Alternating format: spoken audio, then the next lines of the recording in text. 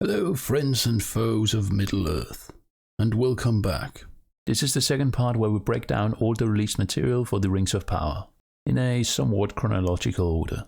If you haven't watched part 1 yet, I recommend you to pause this video and watch that first. In this video we will only talk about the Vanity Fair article and all the terrible stuff revealed in it. So lean back and enjoy my suffering. There's quite a lot of stuff in the Vanity Fair article, and it's by far the worst bit of information we've gotten so far. Let's just start from the top of the article. By episode 2, her warnings set her adrift, literally and figuratively, until she's struggling for survival on a raft in the storm-swept, sundering seas, alongside a mortal castaway named Halbrand.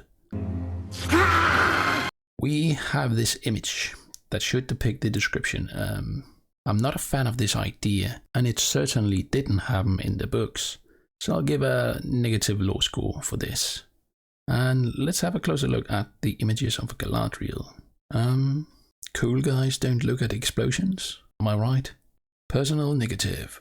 I'm not a fan of her armor either, though I think there's a few sections of it that's alright at least. So, another negative. And was Galadiel a warrior princess then? You laugh, it's funny. No? You agree? No. Well, not really. Sure, she fought in the Kinslaying of Alqualondë, but I wouldn't say that's enough to justify this. By the Second Age, Galadiel, along with her husband Celeborn, had already taken up rule, first in Hollanden, then at Lake Nenuyel, Eregion, and lastly in what would later be known as Lothlorien. So she's certainly more of a wise ruler than a warrior, in any sense. So a negative low score as well. And while we're at it, beneath the image it says, Galadiel, commander of the northern armies. Another law inaccuracy. He was not a commander of any armies as far as we know, and it seems like she's replacing Elrond's role in the Second Age. Yeah, stuff is going downhill from here. McKay says the following. Can we come up with the novel that Tolkien never wrote, and do it as the mega event series that could only happen now? He said he's an expert. That's way too arrogant for my taste. I would never have the audacity to claim I could write the novel any author never wrote. Perhaps it's meant in a good way, but I give it a personal negative for the wording at least. And another quote. Some characters will be familiar, and they will be the initial attraction as viewers watch their legendary fates unfurl, but the entirely new faces may ultimately become even more involving since their destinies are literally unwritten. I don't think anyone wants a bunch of nobodies to play a big role in this series, but maybe that's just me. Destroy it! At the end of it all, haven't we all come here only because of Tolkien's books and Peter Jackson's films? We want to see the characters we know and experience Middle-earth as we remember. So, another personal negative. And then come 3 images. Let's start with Prince Durin IV. As other Tolkien experts have already mentioned, it's problematic to have Durin IV alive, while Durin III is also alive. The reason for this is because it's believed that all Durins are reincarnations of the first Durin, so there can't actually be 2 Durins alive at the same time. I guess you could say that it is superstition by the dwarves, but I mean, we don't really have much evidence to prove what is actually right and what is actually wrong here. So I'll have to give it a low inaccuracy point here. And the next one, and by far the most controversial one when it came out, Princess Disa. Yes, she's apparently a dwarf too. No. First, I have to give a personal negative for both the casting and the costume. Nothing about it makes me think of a dwarf woman. I have also already expressed my opinion about this very uncreative name, so another personal negative. You can go and watch this video in the corner if you want. I won't go into details here. But shouldn't dwarf women have beards? Yes. Despite what Corey Olsen might say. He knows his fair share of Tolkien lore, but his argument in this case is false. It's the beards. I feel Corey Olsen reads what he wants to read in that regard. I mean, there are several evidence to conclude otherwise. First, in the War of Duels, no man nor elf has ever seen a beardless dwarf, unless he was shaven in mockery, and would then be more like to die of shame. And later in the text, for the Naugrim have beards from the beginning of their lives, male and female alike, nor indeed can their womenkind be discerned by those of other race, be it in feature, or in gait, or in voice. Here it should be quite clear that dwarf-women did indeed have beards too. But more importantly, in the appendices for The Lord of the Rings, Gimli gives us an idea about dwarf-women too. They are in voice and appearance, and in garb, if they must go on a journey, so like the dwarf men, that the eyes and ears of other peoples cannot tell them apart. It's already established that all dwarf men had beards, and if dwarf women and dwarf men look almost identical, the dwarf women must have beards as well. How else could they look so alike to dwarf men that people couldn't tell them apart? Sure, you could claim that this last part comes from Gimli, and he could be an unreliable narrator, but there's absolutely no evidence for that. So dwarf women had beards. So therefore a big law inaccuracy point for this. I could talk about the diverse casting choice, but it is very much a sign of the time, so I think many of us knew something like this would happen. I could go into detail about how it wouldn't make sense or be law accurate, but I'd rather not. Instead, I'll just give a personal negative, as it has started quite the uproar in the fandom. And I guess Amazon wanted that to happen? Not entirely sure, but I really don't like it. Arondir, a sylvan elf with a buzz cut. What is it? Tolkien never said that elf males have long hair, but he sure described the majority of them to have it, at least many of the known characters. So this visual style is very far from how I would have imagined male elves to look like. So a personal negative. And is that armor made out of wood? Oh, come on. Personal negative. Could there be elves of color though? Well, Avari elves perhaps. It's somewhat debatable though. Sure, they could have migrated east and south, and that would allow for such conditions. But there are quite few generations of elves, so I find it very unlikely. Tanned elves? Sure, but not black elves. No, sorry. And certainly not sylvan elves. So I have to give a negative low score for this. The next image is of Elrond. First, the hair. Elrond is described as dark-haired, while his eyes were grey, shining like starlight. That's not really what I see here, so law inaccuracy point for that. Did Elrond have long hair though? Well, it's not mentioned he had, but nor is it said it was short, so we are quite familiar with Elrond from both The Hobbit and The Lord of the Rings though, so I'll give a personal negative for how little the two characters actually resemble each other. The worst part though is the description below. A politically ambitious young leader. Elrond was not a politician in any way. It's quite weird to actually use that word in Middle-earth, but I guess you could. If anything, the description under Galadiel would fit better to Elrond, at least compared to his role in the Second Age. So, big law inaccuracy point from here. And then to the next line. As the series begins, Galadriel is hunting down the last remnants of their collaborators, who claimed the life of her brother. Well, Galadriel had 3 brothers, Finrod, Angrod, and Egnor. Angrod and Egnor both died in the Battle of Dagor Bragollach, and Finrod died protecting Beren from a werewolf in Tull in Gowerhoth, who was reincarnated shortly after and was both reunited with the love of his life and his father. So, not sure why she would feel the urge to avenge him? All seems a bit suspicious to me, like they might change some stuff, like making him breeding orcs and being evil for unknown reasons. You're a liar! The next image is of Bronwyn and her forbidden lover Arondir. Would an elf have a relationship to a single mother? Probably not.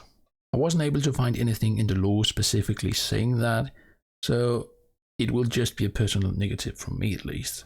And a relationship between an elf and a human? Well, those are very rare. It could in theory happen, probably not like this though.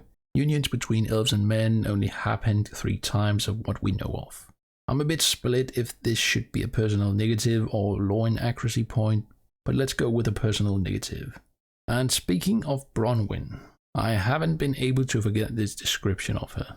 Bronwyn is a single mother and a healer, because of course she is. Here we go, here we go. I find it a bit odd that they had to mention that. You know, both Elrond, Theoden, and Denethor are single fathers, but no one, and I mean no one, has ever felt the need to mention that. It is not what defines their character. It's not important. It's just part of them. Can you imagine that? Right before the release of The Two Towers, here sits King Theoden on his throne. He's a single father. Oh, and the King of Rohan. I mean, what? Jesus Christ.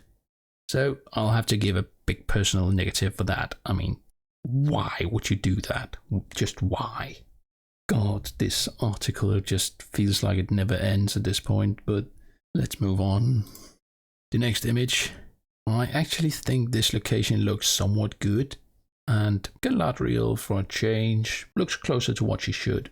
Silver is more valuable to elves though, but I'll still give her costume a personal positive at least. I mean, I can't round them with negatives only, can I? Oh God, I take that back. This is the worst costume I've ever seen since Cats.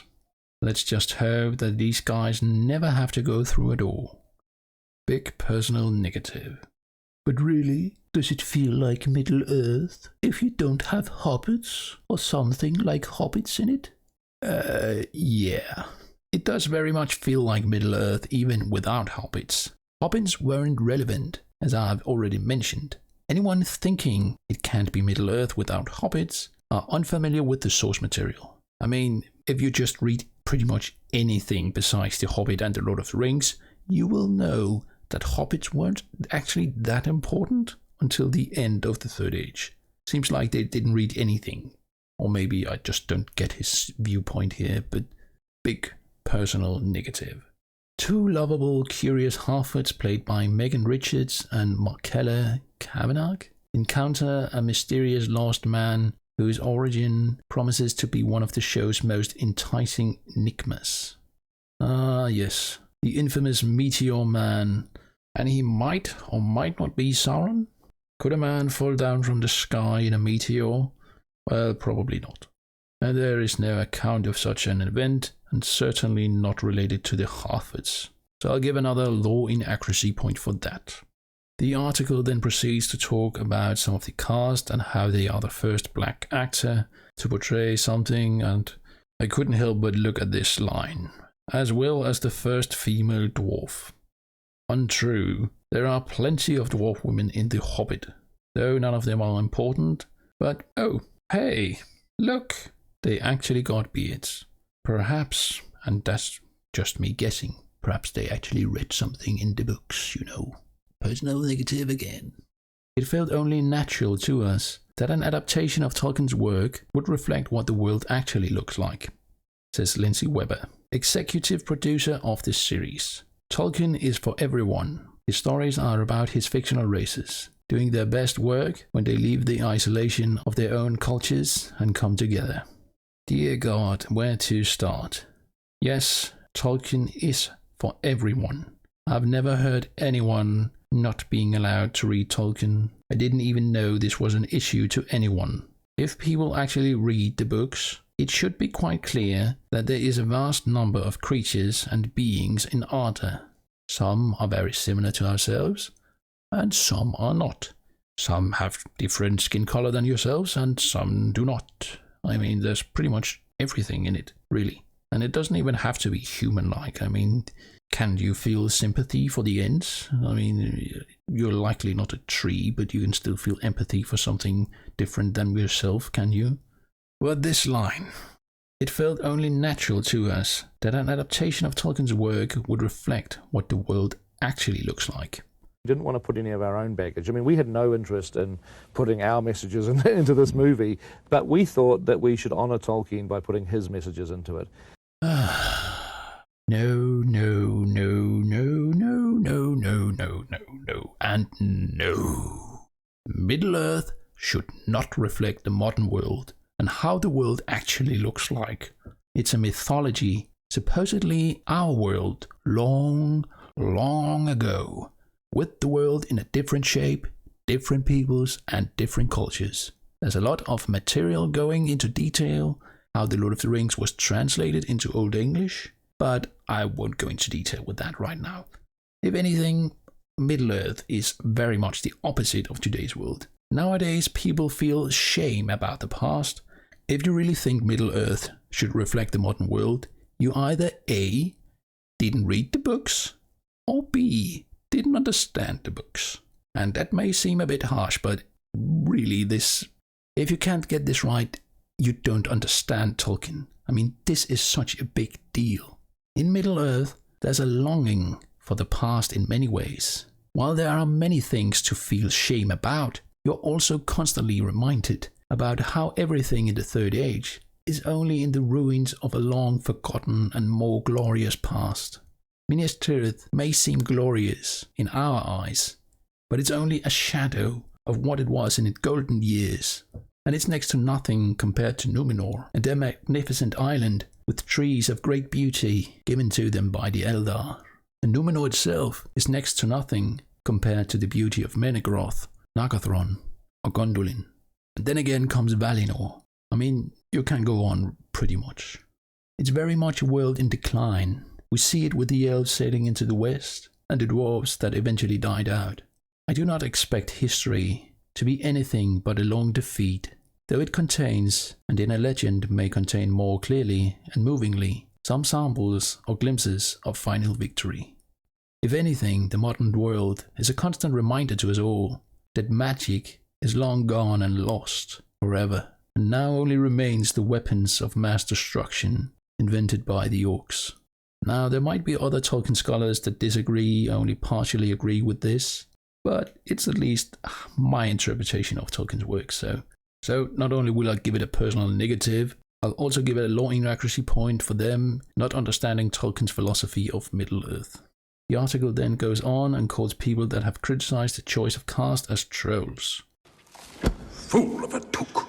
The infamous self-proclaimed Tolkien expert Mariana Rios Maldonado says the following. Obviously, there are going to be push and backlash. But the question is from whom? Who are these people that feel so threatened or disgusted by the idea that an elf is black or Latino or Asian?